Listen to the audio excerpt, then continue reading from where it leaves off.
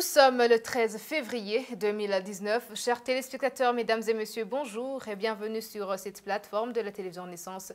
C'est le journal en langue française. Dans ce journal, nous reviendrons sur les décisions prises par les chefs d'État de l'EAC. Nous poursuivrons le témoignage de Modeste Iradukunda, l'homme torturé, bras et parties génitales liées. Hors de nos frontières, nous suivrons le discours du président rwandais au cours du 7e sommet des gouvernements. Voilà pour le sommaire.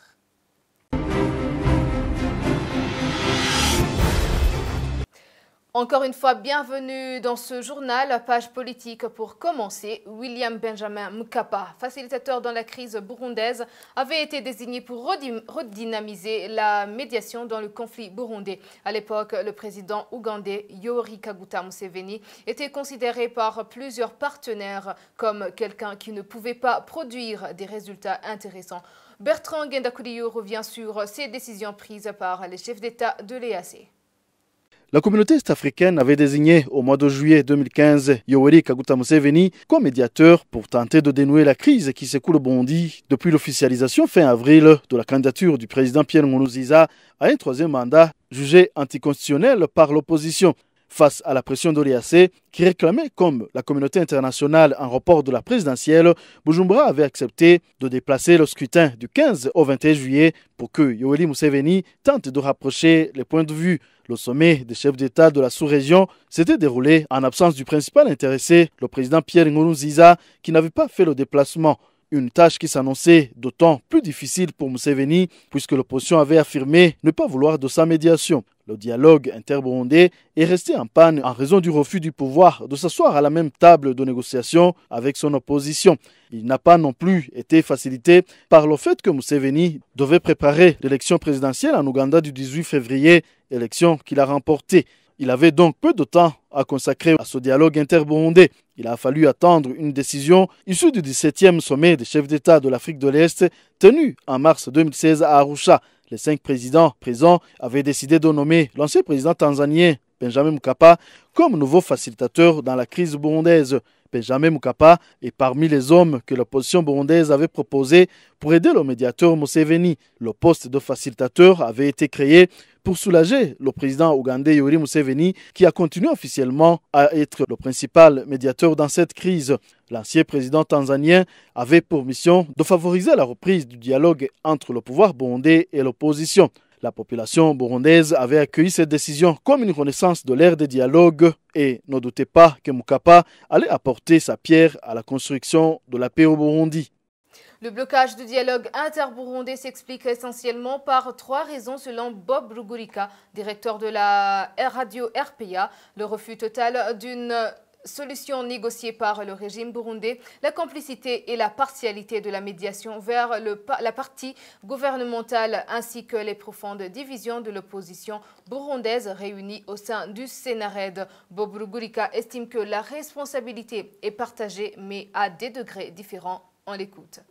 Le régime de Nkurunziza a dressé une liste de personnalités qu'il ne désirait pas voir autour de la table de négociation. Malheureusement, la médiation a accepté cette liste. La médiation a exclu les personnes qui figuraient sur la liste de Nkurunziza. Et du coup, on peut dire que les négociations sont parties sur de fausses bases. À chaque fois que certaines personnalités étaient invitées à Arusha, le régime burundais a dit on ne vient pas parce qu'on ne peut pas s'asseoir avec des putschistes. Et là, je vais immédiatement mettre en cause le travail de la médiation et de la facilitation.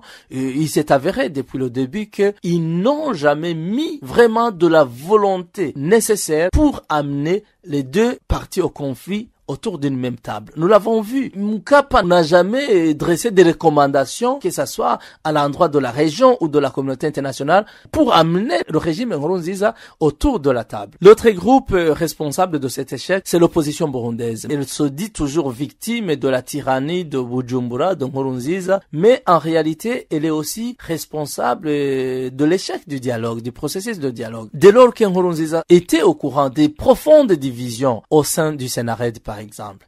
Dès lors que la médiation voyait la faiblesse de cette plateforme politique, les deux ne pouvaient pas vraiment donner de l'importance à l'autre partie, en l'occurrence l'opposition burundaise. Nous l'avons vu souvent quand une partie a dit on doit aller à Arusha, le médiateur nous a appelés, une autre partie disait on ne voit pas ce qu'on va faire à Arusha en l'absence du régime burundais.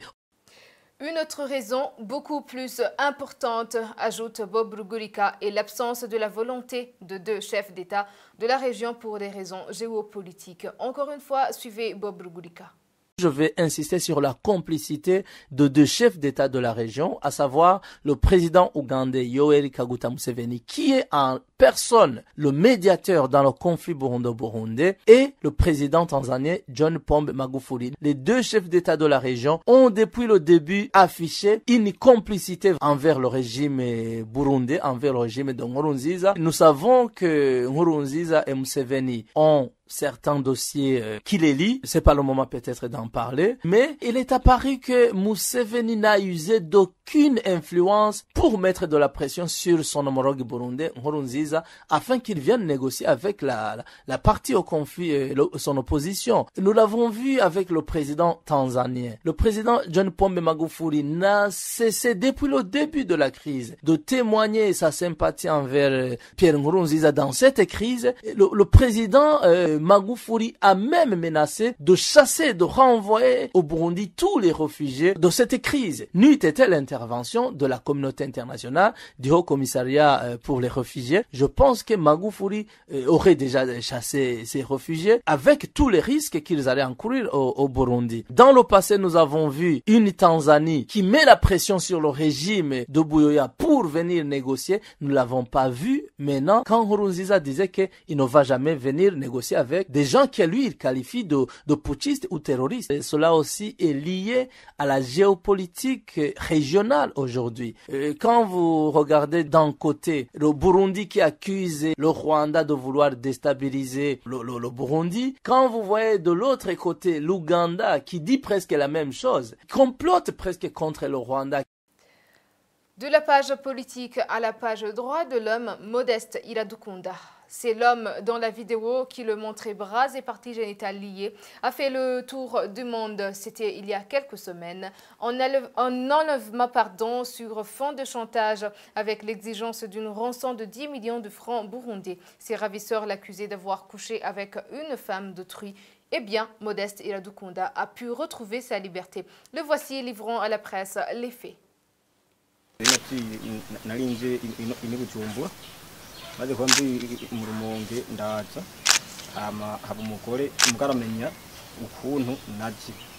venais de Rumonge à Bujumbura. Une femme a su comment je suis arrivée en ville. J'ai fait tout ce que je venais pour faire et la femme est revenue et m'a demandé si j'étais retournée à Rumonge. Je lui ai dit non, mais que j'allais y retourner. J'ai pris le bus après m'avoir dit de la retrouver à Kingstar. Je m'y suis rendue, mais je ne l'ai pas trouvée et je lui ai demandé où elle était. Elle m'a dit qu'elle n'a pas pu quitter la maison à cause des enfants, que je devais me rendre à son domicile à Boussoro, près du marché. Elle m'a même prévenu que le ticket était de 700 francs. J'ai pris une moto et je me suis rendue. Vraiment, on cohabitait bien avec cette femme. À vrai dire, lorsqu'elle m'a téléphoné et demandé d'aller à son domicile, je n'étais pas au courant de leur mission. Je voulais seulement rendre visite à mes ex-voisins. Dès que je suis arrivée à cet endroit, j'ai demandé à la femme des enfants. Elle m'a dit qu'ils sont chez les voisins. Du coup, j'ai vu 2 couteaux. Je me suis demandé à quel saint me vouer. Je ne pouvais pas crier, on me l'avait interdit. On m'a torturée, on m'a déshabillée, on a pris mon argent et ils ont commencé à me demander comment je pouvais quitter Rumonge pour venir coucher avec une femme avec cette somme d'argent. Je leur ai dit qu'ils m'ont mal compris, que ce n'était pas ça ma volonté. La femme était partie. Ils ont jeté par terre mes 15 000. Ils ont pris 2 000 et ont acheté des unités. Et puis, ils ont demandé à la femme d'acheter 2 sachets, l'un pour ma tête et l'autre pour mes testicules. Je me suis dit, je suis mort. J'ai demandé secours à eux-mêmes, leur disant que je ne voulais pas mourir sans prévenir chez moi. Je leur ai demandé leur téléphone. Ils m'ont dit, il n'y a pas de problème, mais tu diras ce qu'on te dictera de faire. J'ai dit « pas de problème ». J'ai commencé à appeler, les bras en arrière et tout nu. On me prenait des photos dans tous les posters et j'exécutais. Ils m'ont dicté de dire que j'étais avec la femme d'un militaire. J'ai téléphoné mon frère, il m'a demandé où j'étais. Les autres m'ont ordonné de dire que j'étais à Bujumbura et de dire qu'on m'a demandé une rançon de 10 millions de francs burundais et qu'on me tuera si jamais, dans les minutes précises, ils n'auront ce qu'ils avaient demandé. La nuit même, on m'a déplacé de la chambre vers les salons, dans les canapés. Le matin, les miens sont venus de Rumongue et la femme du militaire était sortie pour échanger avec eux, faisant semblant de leur raconter comment j'ai osé entrer chez elle. Les miens lui ont demandé de me relâcher et le militaire, qui était le mari de la femme, est sorti pour concilier les deux parties, celle de la femme et celle de mon côté, pour se mettre d'accord sur une même rançon.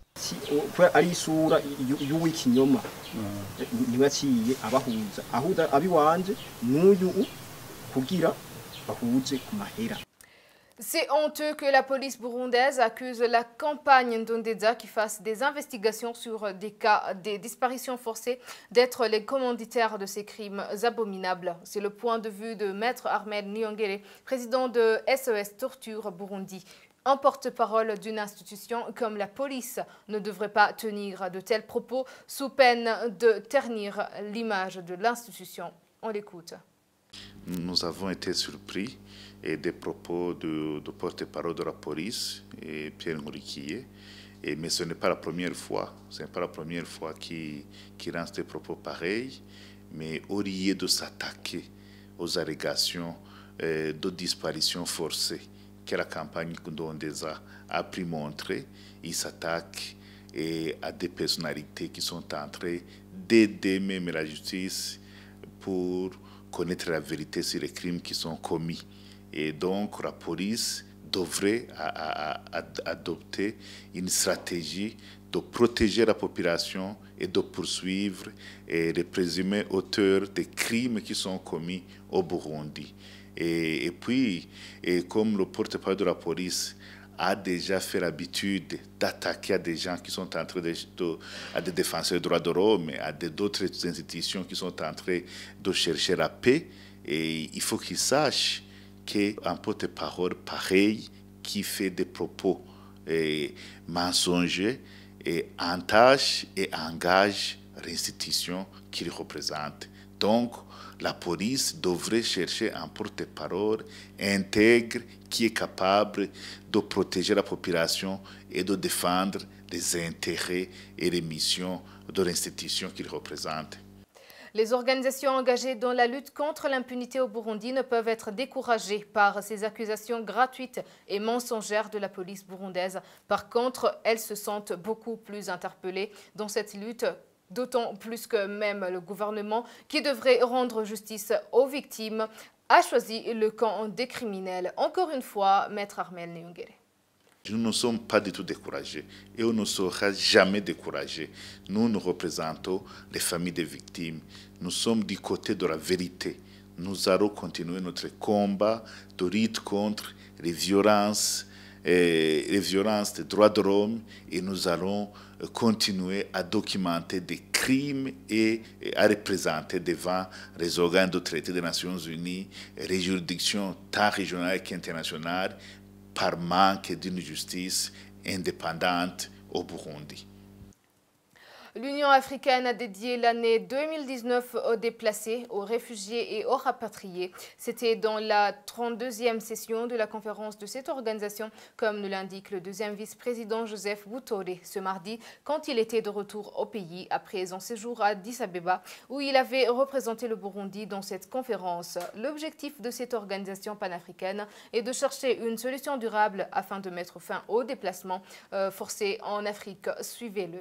Cette année 2019, l'Union africaine l'a baptisée l'année des réfugiés, des rapatriés, des déplacés pour des solutions durables en vue de mettre fin aux déplacements forcés en Afrique. Et la 32e session de la conférence de l'Union africaine a d'abord adopté une déclaration sur ce sujet, une déclaration qui reprend les difficultés auxquelles font face les différents groupes de personnes concernées.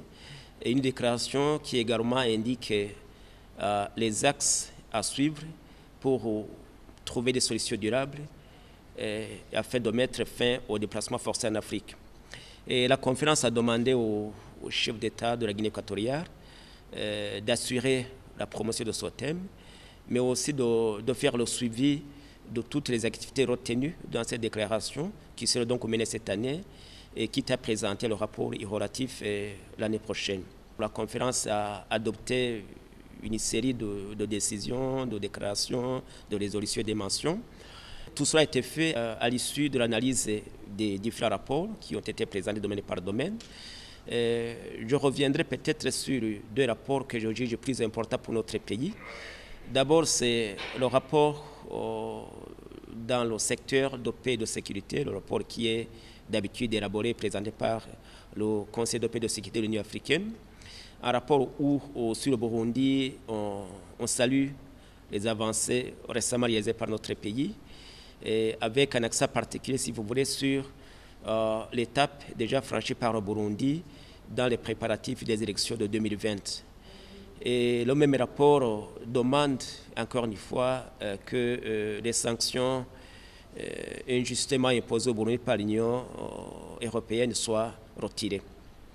Et je préciserai également qu'au cours de cette conférence, le Burundi a eu l'occasion de dénoncer encore une fois l'attitude de certains organes, de certains représentants même de l'Union africaine qui ne cachent pas leur volonté de s'ingérer dans les affaires judiciaires des pays membres de l'Union africaine.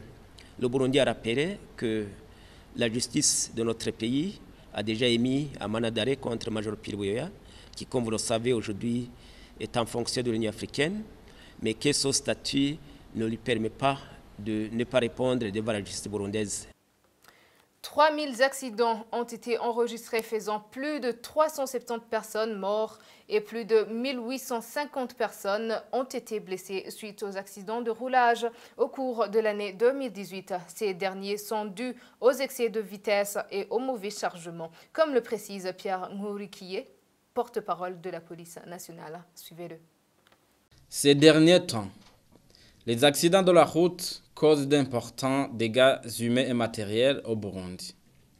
À titre d'illustration, pour la seule année 2018, il y a eu plus de 3000 accidents qui ont emporté la vie de plus de 370 personnes avec plus de 1850 autres blessés, sans parler des dégâts chiffrés à des millions pour les funérailles, les soins de santé, les véhicules et infrastructures endommagés, etc. La police constate que la plupart de ces accidents sur la voie publique sont dus aux surcharges, surnombre de passagers et excès de vitesse chez certains conducteurs de véhicules, surtout ceux à bord des taxis-voitures, communément appelés Probox, en provenance de l'intérieur du pays. La plupart de ces derniers n'ayant même pas d'autorisation de transport rémunéré de personnes, ayant des fausses assurances ou accusant de multiples autres. La même police constate également la recrudescence des remorquages des conducteurs de vélo derrière certains véhicules, pratique appelée communément Dounyuri, qui a déjà causé plusieurs morts et blessés de ces conducteurs de vélo remorqués et gêné la circulation sur les routes. Suite à ces constats amers, le ministère de la Sécurité publique et de la gestion des catastrophes rappelle à l'ordre ces conducteurs défaillants et porte à leur attention que des mesures sévères vont désormais être prises à l'encontre des récalcitrants pour sauvegarder la vie des passagers et la sécurité sur la voie publique. Hors de nos frontières pour clore ce journal, travailler en synergie entre les pays africains, faciliter les relations du continent avec l'appui de la jeunesse. Tels sont les éléments qui vont permettre les pays du continent africain d'arriver à leurs objectifs. Ce sont les propos de Paul Kagame, président sortant de l'Union africaine dans un 7e sommet des gouvernements World Government Summit en anglais qui se tient en Arabie Saoudite. Suivez-le. Regional and continental integration Se réunir au sein d'une même intégration dans la région, c'est notre priorité en tant que Rwandais. Nous voulons aussi prioriser le commerce et le développement le plus avancé. En 2050, le continent africain sera le plus peuplé avec une population de 2,5 milliards. Pour arriver à notre vision, nous devons travailler ensemble, faciliter la circulation et le commerce entre les pays du continent. C'est pour cette raison que l'Union africaine a mis en place un marché commun qui va débuter cette année même. We want young Rwandans and their peers across Africa. Nous voulons que la jeunesse rwandaise et celle d'ailleurs qu'ils travaillent en synergie et servir beaucoup à leur pays.